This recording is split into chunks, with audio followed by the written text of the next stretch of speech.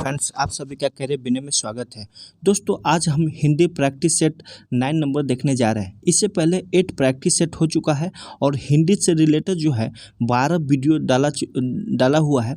तो आप जाकर प्लेलिस्ट में कंप्लीट वीडियो देख सकते हैं। दोस्तों, ये हिंदी का जो प्रैक्टिस सेट है उसका भी प्लेलिस्ट बना हुआ है। आप कंप्लीट प्रैक्टिस सेट वहाँ जाकर देख सकते हैं। अगर आपको पीडीएफ चाहिए तो मेरे टेलीग्राम से जुड़कर वहाँ पीडीएफ डाउनलोड भी कर सकते हैं। तो चलिए दोस्त, अब हम स्टार्ट करते हैं। फर्स्ट क्वेश्चन है, मालगाड़ी शब्द का समास विग्रह क्या है? तो दोस्तों, इसका समास विग्रह है माल के लिए गाड़ी, यानी इसका समास विग्रह होगा माल को ढोने वाली गाड़ी या माल के लिए गाड़ी। तो फर्स्ट हो जाएगा ये। दोस्तों, मालगाड़ी जो है कौन सा समास है? तो ये तत्पुरुष समास है।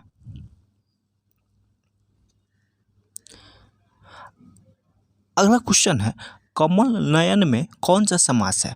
दोस्तों, ये कर्मधारय समास भी हो सकता है, बहुव्रीहि समास भी हो सकता है, लेकिन ये संधि विग्रह पर डिपेंड करेगा। लेकिन यहाँ बहुव्रीहि दिया हुआ है तो आप लोग बहुव्रीहि को ज़्यादा रिस्पॉन्स दीजिएगा। तो कमल नयन ये विष्णु जी को कहा जाता है। किनको? विष्णु जी को जो है कमल नयन कहा जाता है। तो ये बहुव्रीहि समास हो गया। अगला क्वेश्चन है, छक्के छुड़ाना मुहावरे का क्या अर्थ है? तो दोस्तों, छक्के छुड़ाना मुहावरे का अर्थ है पराजित कर देना।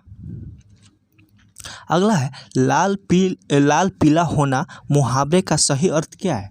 तो दोस्तों, लाल पीला होना मुहावरे का सही अर्थ है कि यानी बहुत क्रोध करना। अगला है, स्वतंत्रता सबको प्यारी होती है, वाक्य के रेखांकित शब्द का संज्ञा भेद क्या है? तो इसमें बताना है कि स्वतंत्रता कौन सा संज्ञा है। तो दोस्तों, ये भाववाचक संज्ञा है। कौन सी संज्ञा है?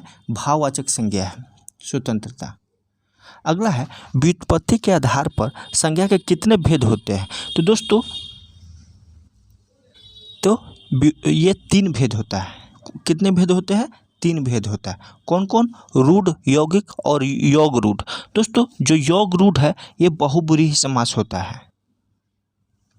तो 3 होता है।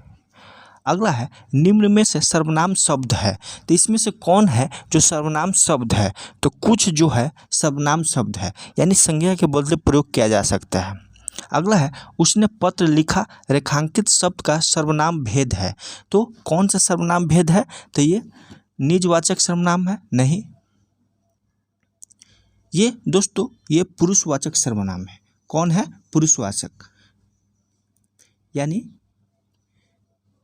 उसने पत्र लिखा, तो उसने जो है पुरुषवाचक सर्वनाम है।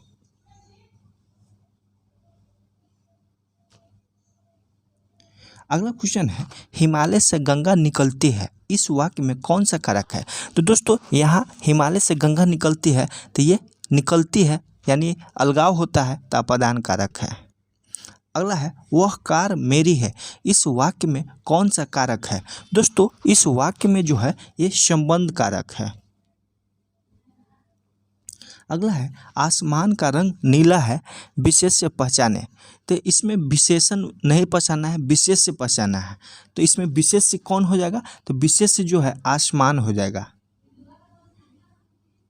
अगला है, विशेषण की विशेषता बताने वाले शब्द क्या कहलाता है? दोस्तों, विशेषण की विशेषता बतलाने वाला शब्द प्रविशेषण कहलाता है। क्या कहलाता है? प्रविशेषण।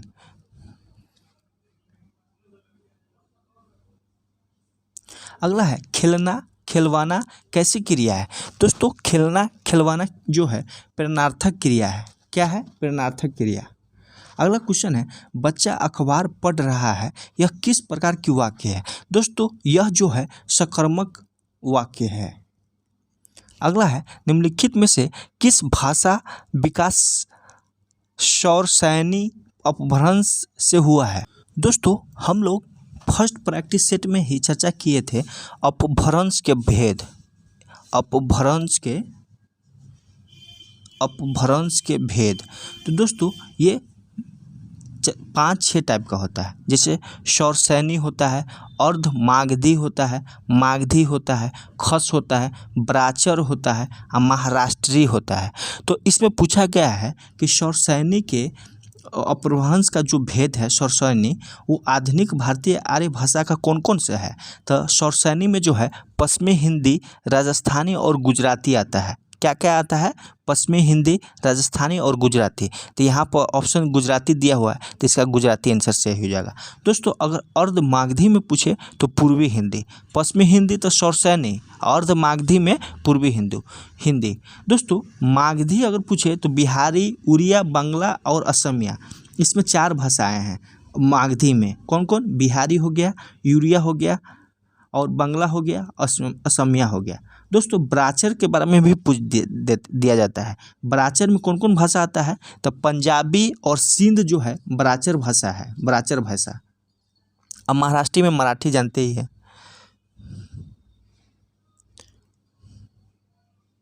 अगला है कौन से हिंदी की उपभाषा नहीं है। तो इसमें कौन सा है जो हिंदी की उपभाषा नहीं है? तो ये मराठी भाषा हिंदी का उपभाषा नहीं है। बाकी बात राजस्थानी, पूर्वी हिंदी, पश्चिमी हिंदी, ये सब हिंदी की उपभाषा है। अगला है राजभाषा अधिनियम 1963 में कुल कितनी धाराएं हैं। तो दोस्तों इसमें जो है कुल 9 धाराएं हैं। अगला है संविधान के किस अनुच्छेद में देवनागरी लिपि में लिखित हिंदी को संघ की राजभाषा घोषित किया गया है। तो आर्टिकल कितना? 343(1).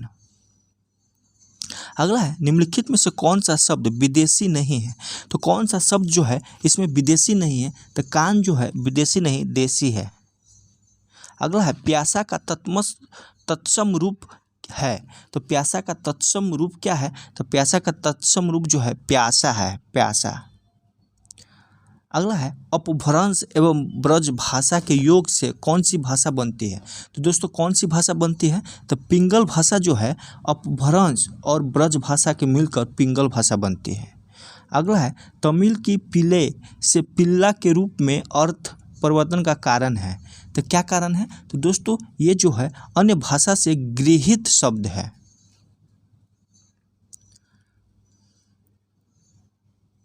अगला है उपमान और उपमेय का भेद कहलाता है। तो दोस्तों उपमान और उपमेय का भेद जो है रूपक कहलाता है। अगला है खिली हुई हवा आई, फिरकी सी आई, चल गई में अलंकार है। तो कौन सा अलंकार है? तो दोस्तों इसमें जो है अनुप्रास अलंकार है। अगला है अभिव्यंजनवादी सिद्धांत के प्रवर्तक है। तो अभिव्यंजनवादी सिद्धांत का प्रवर्तक कौन है? तो ये क्रोचे है। कौन है? क्रोचे। अगला है आर्नाल्ड द्वारा प्रस्तुत अभिजात साहित्य के भेद है। तो कौन साहित्य के भेद है? तो ये संदिग्ध है, वास्तविक है, मिथ्या, ये सभी भेद है। अगला है अधिसूचना प्रकाशित होती है। तो अधिसूचना जो है कहाँ पे प्रकाशित होती है? तो अधिसूचना जो है ये सरकारी गजट में प्रकाशित होती है। कम्युनिकेशन के लिए हिंदी में डैश यह प्रभाषिक शब्द प्रयुक्त होता है। तो कौन प्रभाषिक शब्द प्रयुक्त होता है? तो संचार। अगला है विद्यापति का जन्म मृत्यु का सही विकल्प चुनिए। तो दोस्तों विद्यापति का जन्म जो है कब हुआ था? तो ये 1380 में और मृत्यु 1460 ईस्वी में हो गया था। अगला है संत समाज में किस ज्ञान की महत्ता है। तो दोस्तों संत समाज में अनुभव ज्ञान की महत्ता है। अगला है कबीर ने किसको एक माना है। तो दोस्तों कबीर किसको एक माना है? आप लोग सोचिए। तो कबीर ने ईश्वर को एक माना है। अगला है गोपियों को किस तरह का पीड़ा सहन करनी पड़ रही है। तो दोस्तों गोपियों को जो है प्रेम पीड़ा सहन करनी पड़ रही है, प्रेम पीड़ा। अगला क्वेश्चन है तुलसीदास हिंदी साहित्य के किस काल के कवि है। तो दोस्तों ये भक्ति काल के कवि हैं। अगला है बिहारी की भाषा कौन सी है। तो दोस्तों बिहारी लाल कवि है, इनकी भाषा कौन सी है। तो इनकी भाषा जो है मानक भाषा है। अगला है कवि किस पर्वत पर पत्थर बनकर जम लेना चाहता है। तो किस पे? तो ये गोवर्धन, इसका आंसर गोवर्धन हो जाएगा। अगला है राजा कीर्ति सिंह के सम्मान में विद्यापति ने किस काव्य की रचना की है। तो दोस्तों ये राजा कीर्ति सिंह के सम्मान में जो है विद्यापति अवहट काव्य की रचना की है, अवहट। अगला है गुरुदेव को अंग में किसका वर्णन है, किसका वर्णन है। तो इसमें जो है ये गुरु महिमा का वर्णन है, गुरु महिमा का वर्णन है। अगला है सूरदास के विरह के पद में किस भाव से भक्ति भावना व्यक्त हुई है। तो ये दास्य भाव व्यक्त हुई है।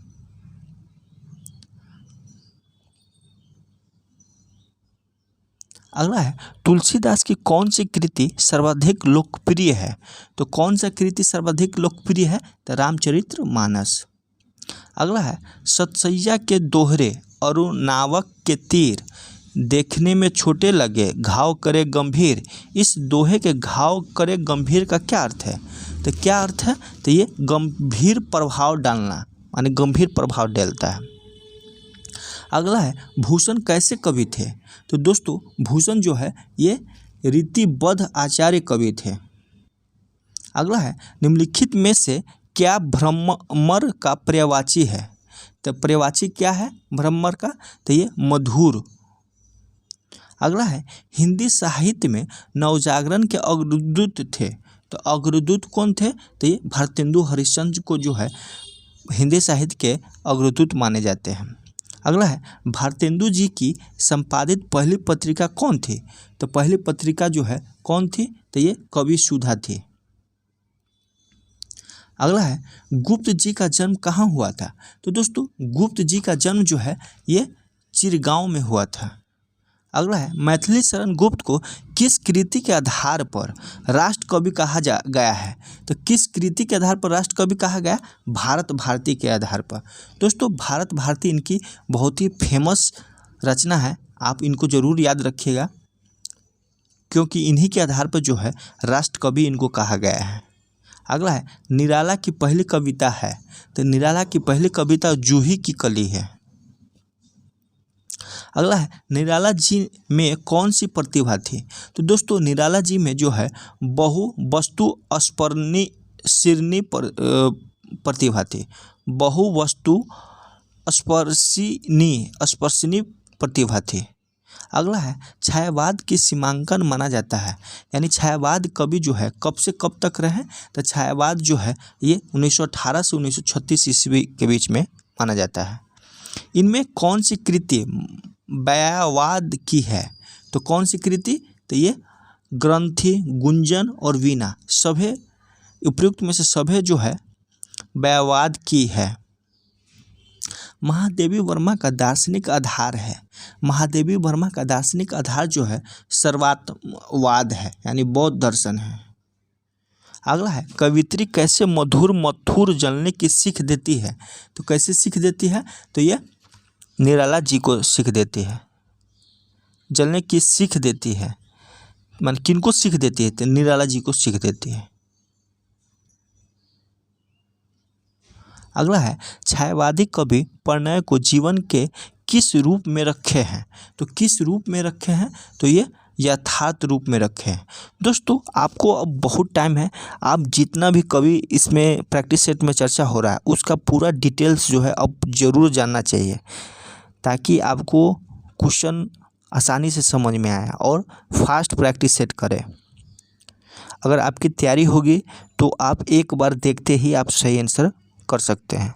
तो आपके तैयारी के ऊपर डिपेंड है। अगला है ब्रज भाषा में प्रसाद किस नाम से कविता लिखते थे। तो ब्रज भाषा में प्रसाद जी जो है ये कलाधर के नाम से कविता लिखते थे। दिनकर जी के माता का नाम था, तो मनरूपी देवी था। क्या था, मनरूपी देवी।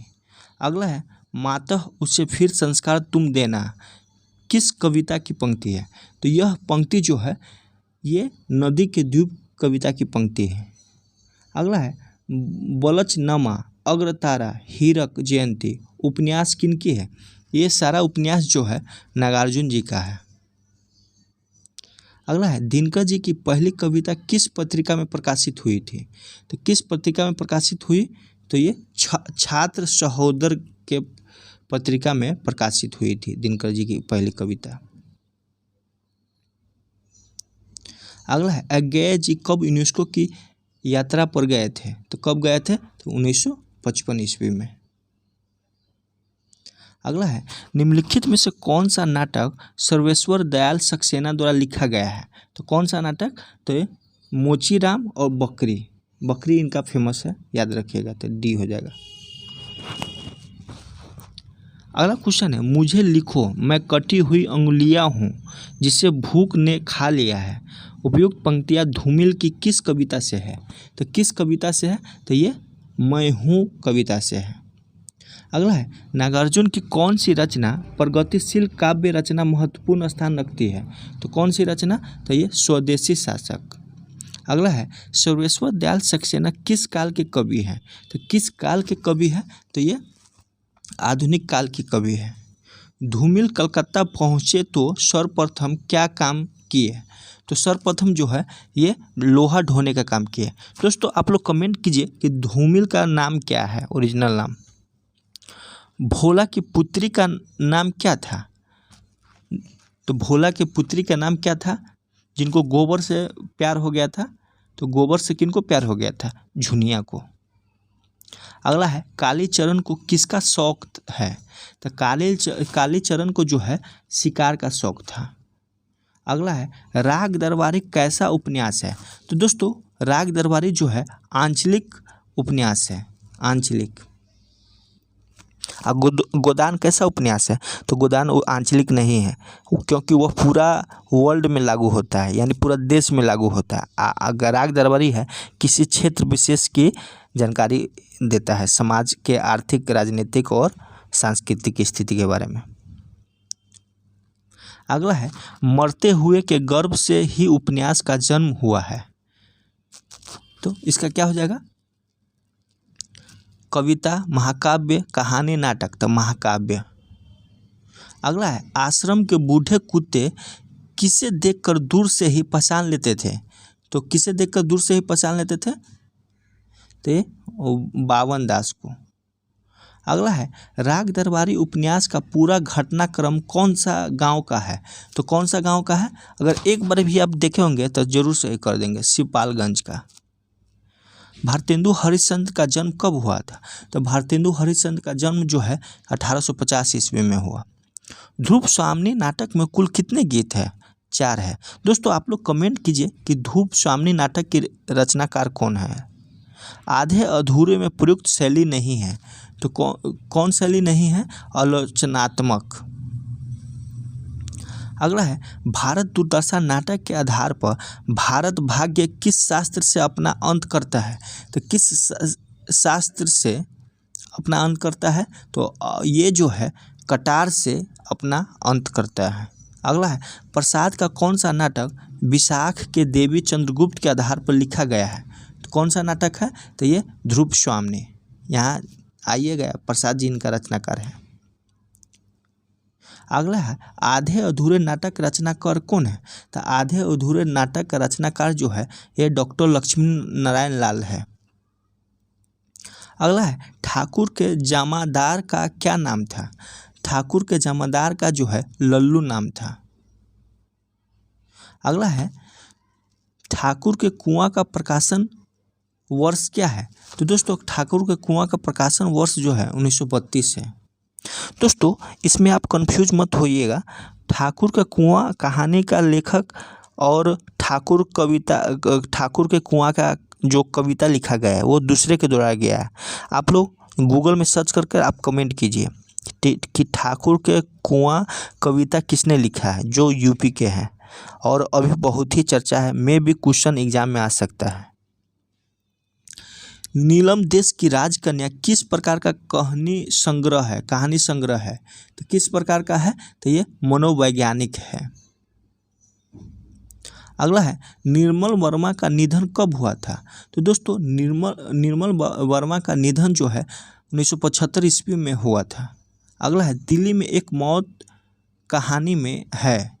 तो किसकी कहानी है? तो ये व्यंग चुटकी और करुणा की अश्रुधारा दोनों की है।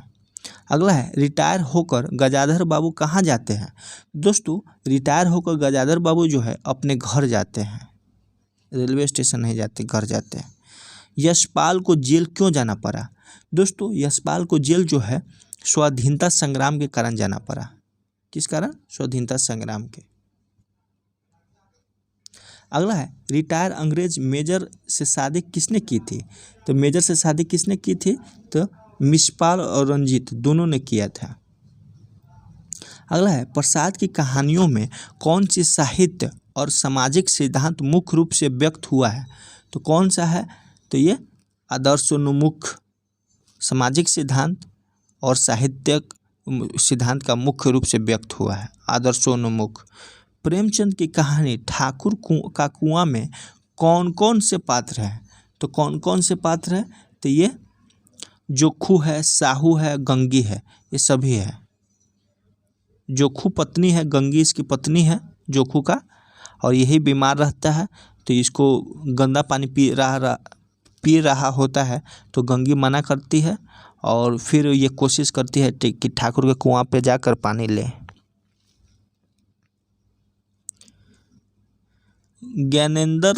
जैनेंद्र की कहानी में पुट है, तो क्या पुट है, तो ये दार्शनिकता।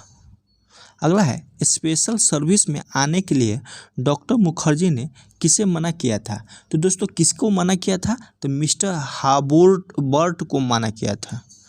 कमलेश्वर जी की कहानी दिल्ली में एक मौत कौन कौन से पात्र हैं।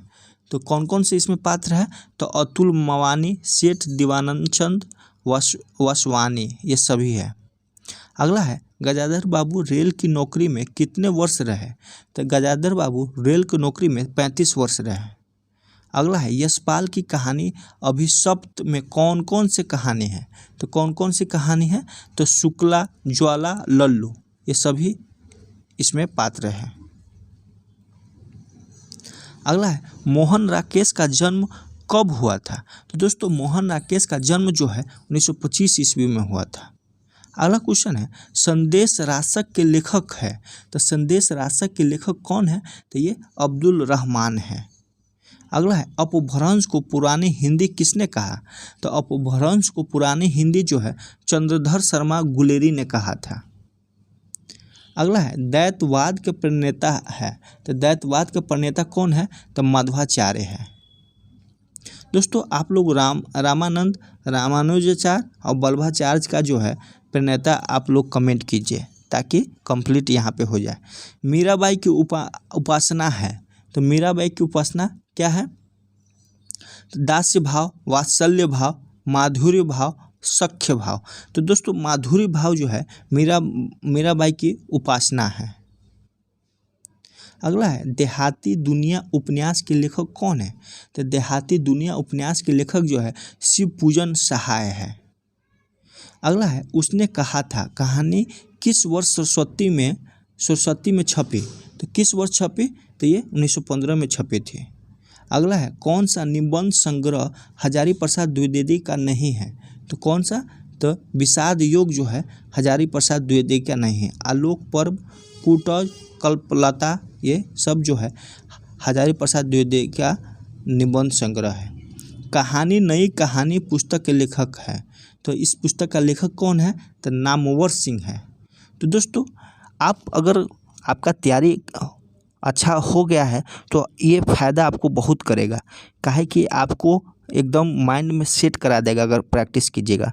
तो यहाँ पे लगभग 30 से ऊपर प्रैक्टिस सेट किया जाएगा। ये 9th नंबर का है। एग्ज़ाम के आने से पहले तक का 30 प्रैक्टिस सेट होगा। अगर कंप्लीट आप डेली देखते हैं, जब भी हम वीडियो अपलोड करते हैं अगर आप देख लेते हैं तो आपके माइंड में जो है छप जाएगा और एग्ज़ाम में अगर आएगा तो ज़रूर आप सही करेंगे।